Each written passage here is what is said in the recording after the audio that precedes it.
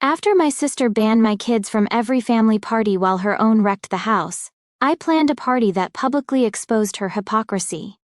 My sister Evelyn and I have always had a complicated relationship. She's 3 years older and has always acted like she knows better about everything. When we both became mothers around the same time, her twins Jake and Emma are 6, my daughter Lily is 5, and my son Max is 3. I thought maybe we'd finally bond over shared experiences. Boy, was I wrong. The trouble started about 2 years ago when Evelyn began hosting what she called sophisticated birthday parties for her twins. The first time she mentioned it, I was excited. Finally, our kids could play together and create some cousin memories. But when I asked what time to bring Lily and Max, Evelyn gave me this condescending smile. "Oh, this is going to be more of an adults-only affair," she said, flipping her perfectly styled hair. "You know how it is. I want to actually enjoy conversations without constantly managing children. The twins are old enough to behave appropriately." I was confused, but it's literally a birthday party for 6-year-olds. Trust me, it'll be much more civilized this way. We're having it catered. There's going to be wine, real conversations. You'll love it. Against my better judgment, I agreed. I arranged for a babysitter for Lily and Max, bought beautiful gifts for Jake and Emma, and showed up in my nicest dress, ready for this sophisticated celebration. What I walked into was absolute chaos. Jake and Emma were running around like wild animals, screaming at the top of their lungs. Emma had chocolate cake smeared all over her dress, and was wiping her hands on Evelyn's white couch. Jake was throwing pieces of his birthday cake at other kids. And when one little girl started crying, he just laughed and threw more. But here's the kicker. There were other children there, about 8 kids total, all running around unsupervised while the adults sipped wine and pretended not to notice the destruction happening around them. Evelyn's adults-only rule apparently only applied to my children. I watched in horror as Jake deliberately knocked over a glass of juice onto Evelyn's friend's purse, and instead of disciplining him, Evelyn just laughed and said, "Boys will be boys." When Emma started pulling books off the shelves and throwing them on the floor, another parent just smiled and said, "She's so spirited." The worst part, I kept thinking about Lily at home, asking why she couldn't come to her cousin's party. I told her it was just for grown-ups and she'd accepted it with a heartbreaking resignation that only a 4-year-old can manage.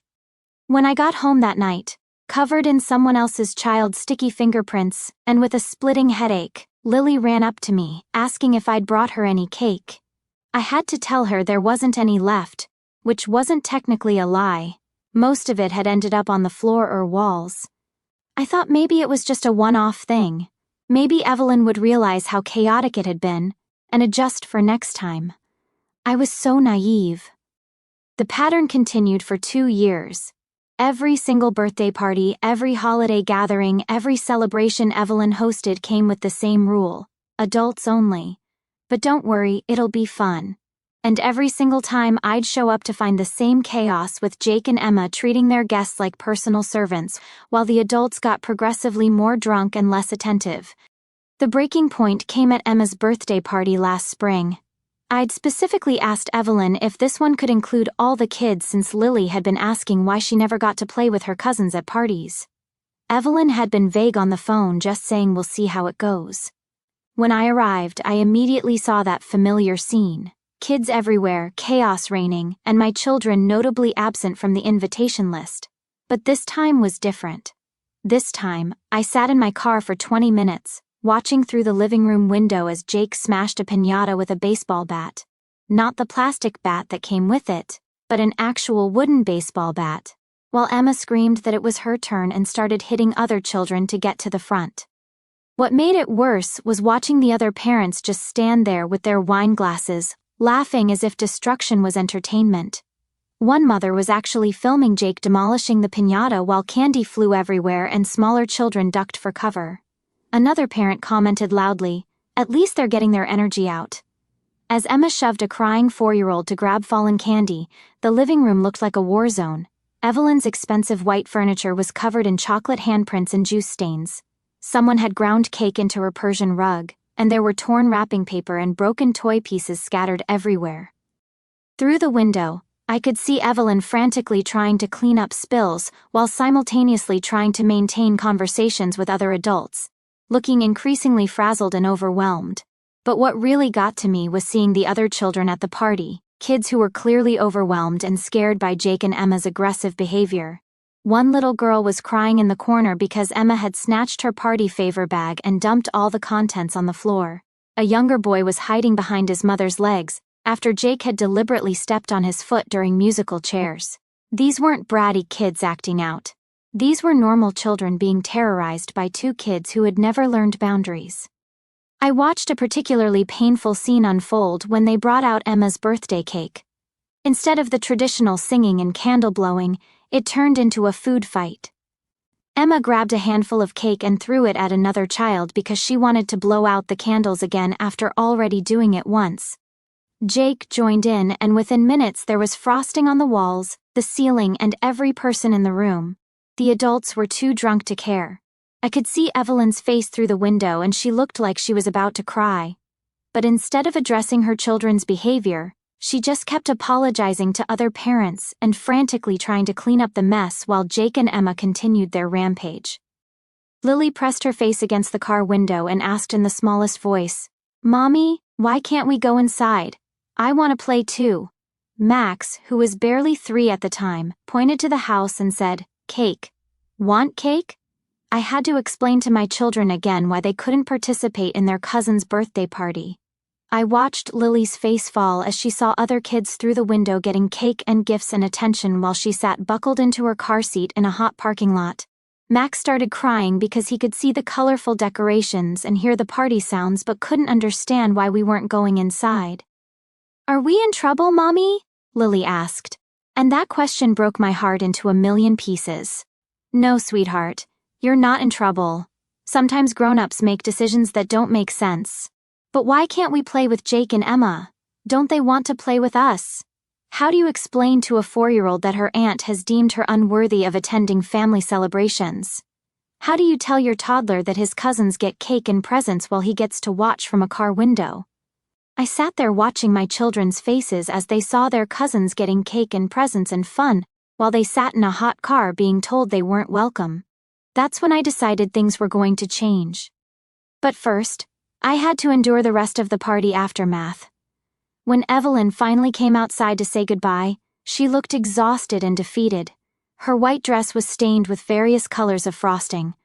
Her hair was disheveled, and she had that frantic look of a parent who had completely lost control. "Thanks for coming," she said, though we both knew I hadn't really come to anything. "How was the party?" I asked, genuinely curious to hear her perspective. "Oh, you know how it is with kids," she said with a forced laugh. "They get so excited. The energy was just a lot." I looked through her living room window at what looked like the aftermath of a tornado. Her couch was destroyed. There was food ground into her carpet and I could see chocolate handprints on her walls from where we were standing outside. Maybe next time it would be easier if there were more adults to help supervise, I suggested gently. Evelyn's face immediately hardened. The adults were supervising. "It's just that kids will be kids, you know. I don't believe in stifling their natural exuberance." That's what she called Jake hitting other children and Emma throwing cake at people. "Right," I said. "Well, I should get these two home for their naps." As I was buckling my kids back into their car seats, Lily asked me again why they couldn't come inside. I gave her some vague answer about it being a small party, but I could see she wasn't buying it. She was getting old enough to understand that she was being excluded, and I could see it was starting to affect her self-esteem. That night, after I put the kids to bed, I called my best friend Maria to vent about the situation. She did it again, I told her. Same thing.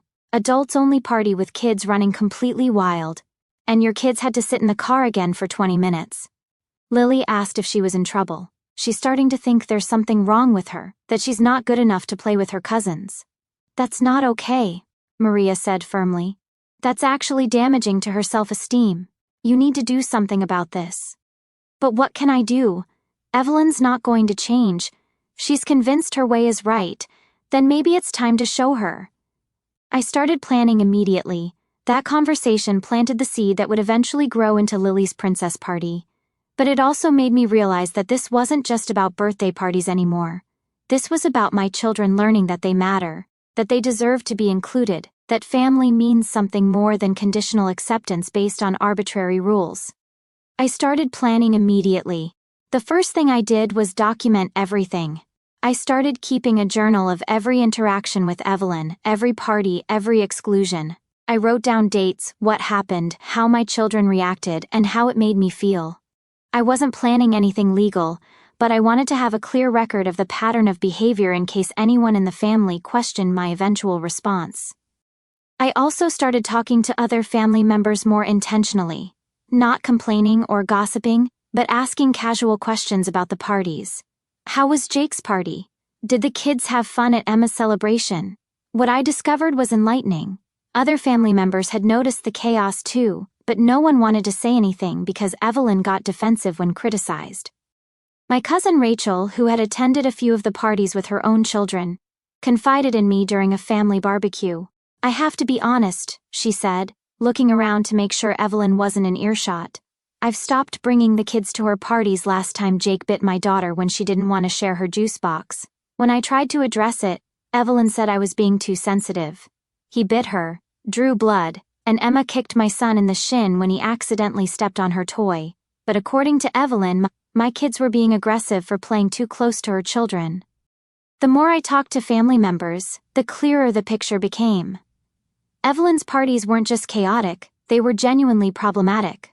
Other parents were starting to avoid them, siblings were finding excuses not to attend, and the only people who seemed to enjoy them were Evelyn and whatever wine mom friends she invited who thought destructive behavior was hilarious. My brother Mark, who lived across the country and only attended parties via video calls, told me he'd stop joining the virtual celebrations because it was just too stressful to watch. Even through a screen, Jake and Emma's behavior was overwhelming. Armed with this information, I began my research into proper party planning. I wasn't just going to throw Lily a better party, I was going to throw her the gold standard of children's parties. I was going to show everyone, including Evelyn, what a kid's celebration could look like when planned by someone who actually cared about the children's experience. I spent hours reading child development articles about age-appropriate activities. I learned about attention spans, 20 to 30 minutes max for structured activities with 5-year-olds, group dynamics. Smaller groups are easier to manage and more fun for everyone, and behavioral expectations. Clear rules stated up front prevent most problems. I researched entertainment options and discovered that the key wasn't expensive performers or elaborate setups. It was having activities that engage children's natural interests while providing structure. Kids want to feel special and included, not overwhelmed and overstimulated. I also looked into the psychology of party planning. Why do some children's parties end in tears and chaos while others leave everyone happy? The answer was surprisingly simple. Successful parties are planned with children's needs in mind, not adults' egos. Then I started saving. Every month I put aside a little money from my grocery budget, my coffee fund, even the money I usually spent on small treats for myself. I opened a separate savings account that I nicknamed Princess Fund, and watched it grow slowly but steadily. I was going to throw Lily the most amazing princess party any 5-year-old had ever seen, and I was going to do it right. But saving wasn't enough. I also started practicing. I volunteered to help with parties at Lily's preschool, offering to lead activities and games. I wanted to make sure I knew how to manage groups of excited children before I attempted my own party. Each event taught me something new about timing, crowd control, and what actually makes kids happy versus what adults think makes kids happy. The preschool parties were revelatory when activities were well planned and age-appropriate.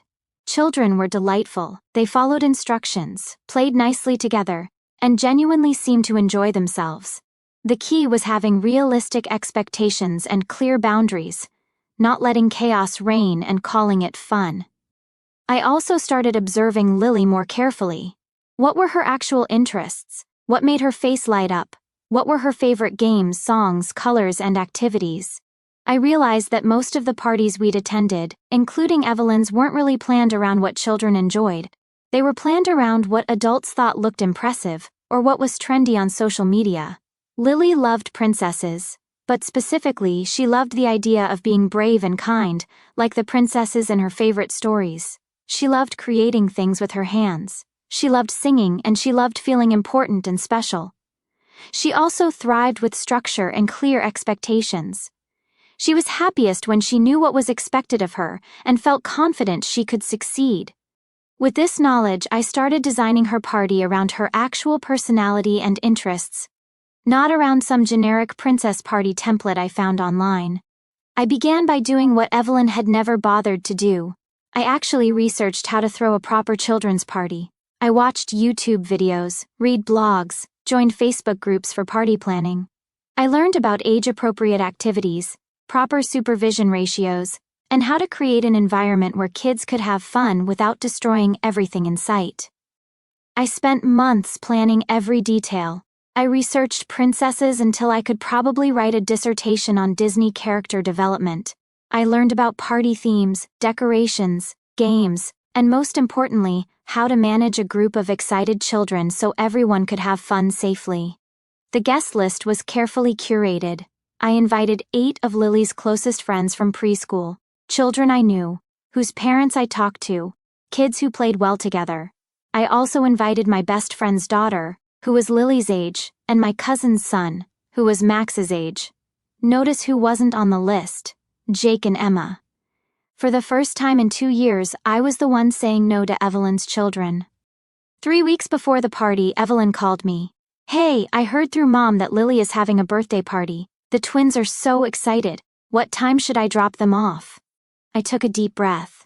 This was the moment I'd been preparing for. "Actually, Evelyn, this is going to be more of a small, intimate gathering, just close friends."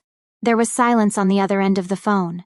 "What do you mean? They're her cousins." "I know, but I've planned activities for a specific group size, and I want to make sure I can properly supervise all the children. You know how important safety is at kids' parties." But they're family. You can't exclude family." The irony was so thick I could have cut it with a knife. "I'm sure you understand," I said sweetly. "Sometimes you have to make difficult decisions about guest lists to ensure the party goes smoothly." She sputtered for a few more minutes, but I held firm. For the first time in years, I was setting a boundary with my sister, and it felt incredible. The party was absolutely magical. I transformed our backyard into a princess wonderland. Pink and gold streamers hung from every tree. There were balloons everywhere, and I'd even rented a small bounce house shaped like a castle. The decorations alone had cost me 3 months of saved coffee money, but seeing Lily's face when she walked outside that morning made every penny worth it. But the decorations were just the beginning. I'd spent weeks planning every detail of the timeline. The party was scheduled from 1 p.m. to 4 p.m., long enough for substantial fun, short enough to avoid overtired meltdowns. I had activities planned for every 15-minute segment with built-in flexibility for things that were going really well or needed to be shortened. I'd hired a teenager from our neighborhood, Emma, ironically sharing a name with my niece, to dress up as Princess Belle, Lily's favorite, and she was absolutely perfect. At 17, she was old enough to be responsible, but young enough to connect with the kids. We'd met 3 times before the party to plan her activities and practice staying in character. She arrived an hour early to get into costume and review the schedule one more time. When the guests started arriving, I had a system in place. Each child received a welcome bag with their name on it containing a plastic tiara, a small magic wand, and some princess stickers. This immediately made them feel special and gave them props for the activities we'd planned. More importantly, it helped me learn everyone's names quickly so I could address them individually throughout the party. The first activity was Royal Introductions, where Princess Belle helped each child introduce themselves and share their favorite thing about being at a princess party. It was a gentle way to help shy children feel included and gave the more outgoing kids a chance to shine without dominating the entire event. Then we moved to the Royal Training Academy, an obstacle course I'd set up using pool noodles, hula hoops, and other safe props. The kids had to complete challenges like sneaking past the dragon, crawling under pool noodles, crossing the enchanted river, stepping on foam lily pads, and retrieving the magic crystal, finding hidden plastic gems. Each child got multiple chances to complete the course, and Princess Belle cheered for everyone, making sure no child felt left out or unsuccessful. The craft station was next, decorating their own magic wands, using wooden dowels, foam shapes, ribbons, and plastic gems. I pre-cut everything and provided child-safe glue sticks, so there was no mess and no frustration with tools they couldn't handle. Princess Belle helped each child create something they were proud of, and the wands became both a party activity and a take-home favor. During craft time, I'd set up the food stations. Everything was designed to be both special and manageable for small hands. Heart-shaped sandwiches cut with cookie cutters from regular PB&J, and cream cheese sandwiches, fruit kebabs that look like magic wands, grapes and berries on pretzel sticks, royal jewels, colorful jello cubes, and princess punch, pink lemonade, and fancy plastic cups with their names written in gold marker. The treasure hunt was the biggest hit. I'd hidden plastic gems, costume jewelry, and small princess-themed toys around the backyard with age-appropriate clues that Princess Belle read aloud. The kids worked together to find the treasures, and I'd hidden enough that everyone found multiple items. No tears, no fighting, just pure excitement and cooperation. But the centerpiece was the cake. I'd spent 6 hours the night before creating a 3-tier castle cake with pink and gold frosting, edible glitter, and small plastic princess figures on top. It wasn't just beautiful. It was structurally sound and designed to be cut and served easily. I'd even made cupcakes in addition to the main cake so everyone could have their own individual treat. The food was simple but special. Finger sandwiches cut into heart shapes, fruit kebabs that looked like magic wands, and a 3-tier pink and gold castle cake that I'd spent 6 hours decorating the night before. Everything was child-sized, child-friendly, and designed to minimize mess while maximizing fun. When it came time for cake and singing, I had everything organized.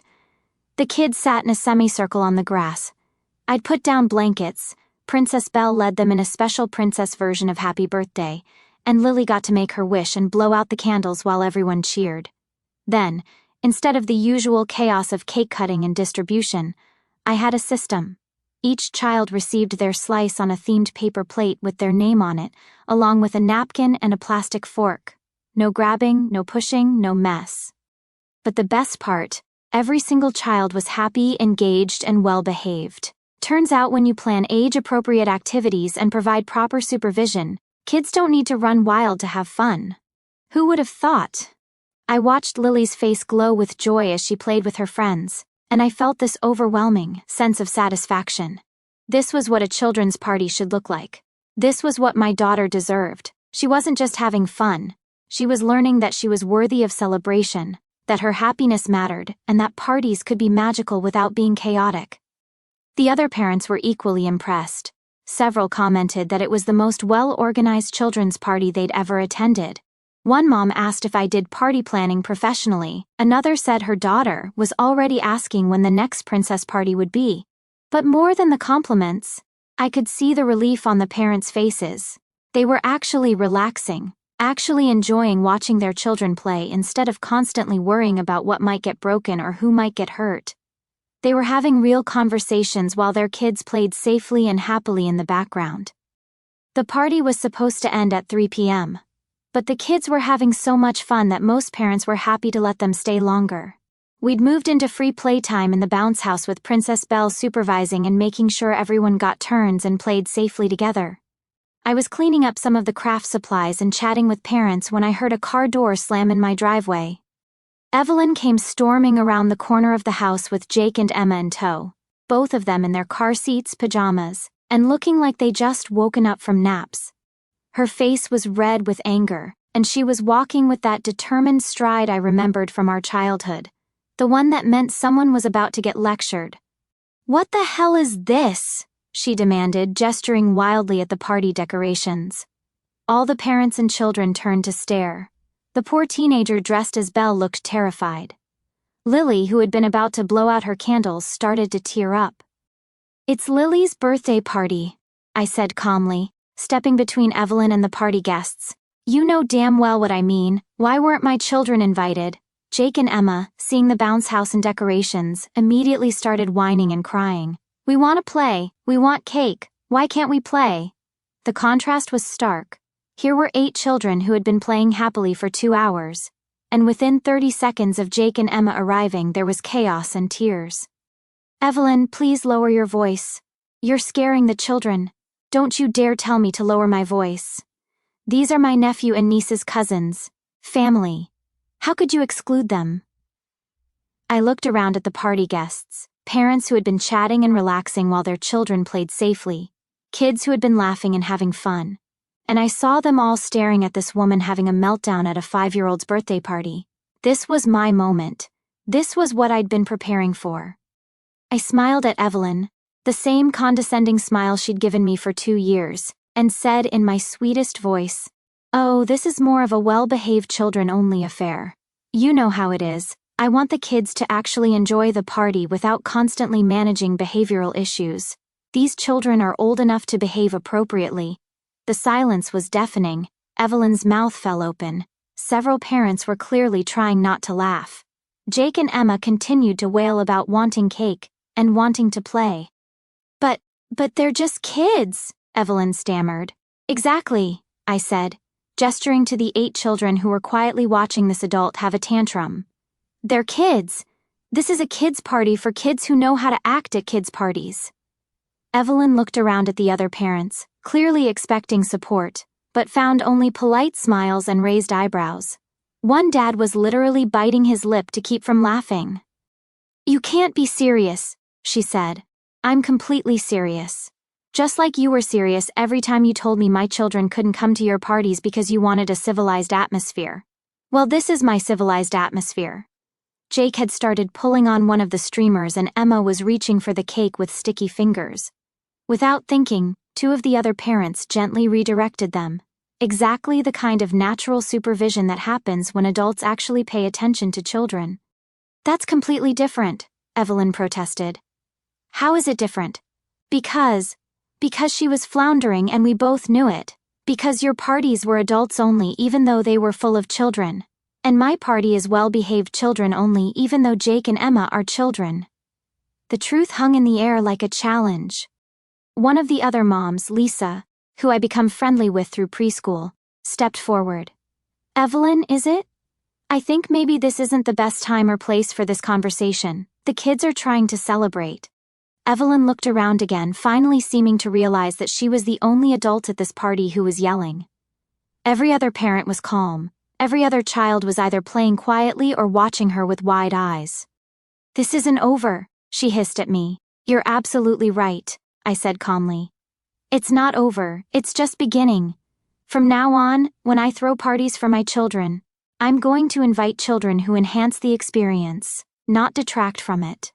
Just like you do." Evelyn grabbed Jake and Emma, both still crying about cake, and stormed off toward her car. As she was buckling them into their car seats, I heard Emma scream, "I want princess cake," and Jake yelling, "It's not fair." The irony was not lost on anyone. After Evelyn left, there was a moment of awkward silence before Lisa started clapping slowly. "Well," she said, "that was the most polite revenge I've ever witnessed." The other parents laughed, and gradually the party atmosphere returned. Lily blew out her candles. We cut the cake and the kids went back to playing. But I could tell that several of the parents wanted the full story, and I found myself explaining the situation to a few of them. "So she's been excluding your kids from family parties for 2 years?" asked Mike, another preschool parent. "Every single one," I confirmed. "And she let her own kids run wild while calling it adults only?" asked Jennifer. "Destroyed her own house every time. And she's mad that you threw your daughter a nice party and didn't invite the kids who always cause problems." Apparently, the consensus was unanimous. I had handled it perfectly. The rest of the party went off without a hitch. The kids played until almost 5 p.m., and when parents finally started collecting their children, every single one thanked me for throwing such a wonderful, well-organized party. Several mentioned that their kids were already asking when the next party would be, but the real validation came from Lily herself. As I was tucking her into bed that night, still in her princess dress because she refused to take it off, she looked up at me with sleepy, happy eyes. "Mommy, that was the best day ever. I'm so glad, sweetheart. You deserved a perfect princess party. All my friends had fun and nobody was mean and nobody broke anything and Belle was so nice and the cake was so pretty." She fell asleep mid-sentence, still smiling. The aftermath was interesting. Evelyn didn't speak to me for 3 weeks. Our mother called multiple times trying to get me to make peace and be the bigger person. I politely explained the situation each time, and eventually even Mom had to admit that Evelyn's behavior over the past 2 years had been problematic. During those 3 weeks, I had time to process what had happened and prepare for the inevitable family drama. I knew Evelyn would try to turn this into a story where I was the villain. So, I made sure I had all my facts straight. I reviewed my journal entries, gathered testimonies from other family members who had witnessed the chaos at Evelyn's parties, and prepared myself for every possible argument she might make. The first person to contact me was my mother exactly 2 days after the party. "I heard there was some drama at Lily's birthday party," Mom said, using that carefully neutral tone she employed when she was trying to get information without taking sides. "There was," I confirmed. "Evelyn showed up uninvited and caused the scene because Jake and Emma weren't invited." "Well, they are family, honey. Maybe you could have made an exception." This was the moment I've been preparing for. "Mom, let me ask you something. In the past 2 years, how many of Evelyn's parties have included Lily and Max?" There was a long pause. Well, Evelyn likes to keep her parties more adult-focused. "0, Mom. The answer is 0. Lily and Max have been excluded from every single family celebration Evelyn has hosted for 2 years. Every birthday, every holiday party, every gathering. They've sat in the car watching their cousins get cake and presents while being told they weren't welcome." But surely there was a reason. The reason was that Evelyn wanted adults-only parties, except they weren't adults-only. They were full of children, just not my children. Another pause. I didn't realize it was every party, every single one. And now when I throw one party that's actually planned for children with appropriate activities and supervision, suddenly I'm the bad guy for not including the kids who have never been taught how to behave at parties. By the end of that conversation, Mom was much more understanding. She wasn't the only family member I had to educate. My older brother called next, having heard Evelyn's version of events. "Come on, sis. Don't you think you're being a little harsh? They're just kids." "You're right. They are just kids. Kids who hit other children, destroy property, and throw food at people while their mother gets drunk and calls it natural exuberance. When was the last time you brought your kids to one of Evelyn's parties?" "Well, we live pretty far away." "When was the last time you even stayed on a video call for one of her parties? Be honest." He was quiet for a moment. "Okay, fine. The chaos is pretty intense. But that doesn't mean you should exclude them from family events." "I'm not excluding them from family events. I'm excluding them from events where their behavior would ruin the experience for everyone else, just like Evelyn has been doing to my kids for 2 years. The conversation with my Aunt Linda was particularly illuminating. She'd attended several of Evelyn's parties and had witnessed the destruction firsthand. "Honestly, I've been wondering when someone was going to address this," she admitted. "Last year at Jake's party, I watched him deliberately break another child's toy. And when the kids started crying, Evelyn just shrugged and said, 'Boys will be boys.' The poor child was devastated. Why didn't anyone say anything? Because Evelyn gets so defensive. Any criticism of her parenting or her parties gets met with lectures about how she's raising free-spirited children, and how the rest of us are too uptight. It's exhausting." These conversations revealed something I hadn't fully understood before. Evelyn's behavior had been affecting the entire family. Not just me and my children. Other relatives had been walking on eggshells around her for years, avoiding her parties or enduring them in silence, because no one wanted to deal with her defensive reactions. "But she's your sister," Mom kept saying during our follow-up conversations. "And Lily and Max are her niece and nephew." But that didn't stop her from excluding them from every family celebration. The extended family drama was predictable but manageable. Some relatives took Evelyn's side, others took mine, and a few just stayed out of it entirely. But the funny thing was, the more people heard the full story, the more they seemed to understand my position. What surprised me was how many family members privately reached out to share their own experiences with Evelyn's parties. My cousin Beth told me about the time Emma deliberately pushed her toddler off a ride-on toy at a family gathering. And when Beth tried to address it, Evelyn accused her of targeting Emma. My Uncle Dave mentioned that he'd stopped bringing his kids to Evelyn's house because Jake had bitten his son during a previous visit, and Evelyn's response was to blame his son for provoking Jake. I realized that I wasn't the only one who had been dealing with Evelyn's boundary issues and her children's problematic behavior. The difference was that I had finally reached my limit and decided to do something about it, instead of just enduring it in silence. My Aunt Carol, who had attended several of Evelyn's chaotic parties, actually called to congratulate me. I've been wondering when someone was going to call her out on those disaster parties. Good for you. The most interesting conversation was with my cousin Rachel, who had initially seemed to side with Evelyn in the immediate aftermath of the party. But a week later, she called me back. I've been thinking about what you said. She began about the pattern of exclusion, and I realized something. I've been making excuses not to bring my kids to Evelyn's parties for months because they always come home upset or hurt.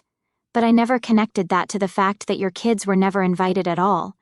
It's easy to miss when you're in the middle of it, I said. No, it's not easy to miss. I chose not to see it because it was easier than confronting the problem. I'm sorry. You were right to do what you did. But the best part came about a month later. Evelyn finally called me and I could tell from her voice that she was trying to swallow her pride. Look, she said, maybe we both made some mistakes. Maybe we did, I agreed. Jake and Emma have been asking about Lily's party non-stop. They keep talking about the princess and the castle cake. It was a pretty great party, I said neutrally. I was thinking maybe for their birthday this year, you could help me plan something, more structured. I almost smiled. Almost. I'd be happy to help you plan a party that's actually appropriate for children, I said, with proper supervision, age-appropriate activities, and realistic expectations for behavior. And maybe Lily and Max could come. If it's actually a children's party where children are welcome and expected to behave like children, not like wild animals, then yes, they can come. There was a long pause. Okay, she said quietly. Okay, I think I understand what you're saying. We planned Jake and Emma's party together, and it was a revelation for Evelyn when she saw how much fun kids could have with proper structure and supervision. When she experienced a party where adults could actually relax because the children were engaged and happy. I think she finally understood what I've been trying to show her. The party was a success. Jake and Emma had a blast, and for the first time in 2 years, Lily and Max got to celebrate with their cousins. There were still moments of chaos. Jake is still Jake after all. But with proper planning and supervision, they were manageable. Afterward, as we were cleaning up, Evelyn looked at me and said, I owe you an apology. For what?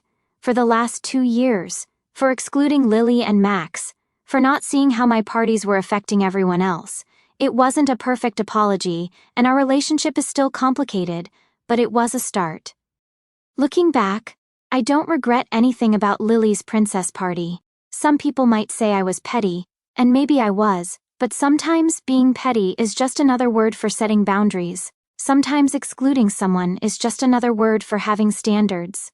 My children deserve to feel included in family celebrations. They deserve to experience parties that were actually fun for kids.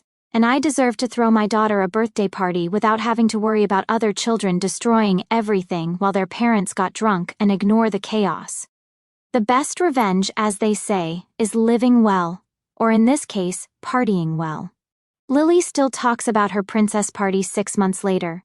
She still has the magic wand she made, and she still occasionally wears the crown we gave each guest as a party favor. But more importantly, she now gets to attend birthday parties with her cousins. Parties where all the children are welcome, supervised, and expected to behave appropriately.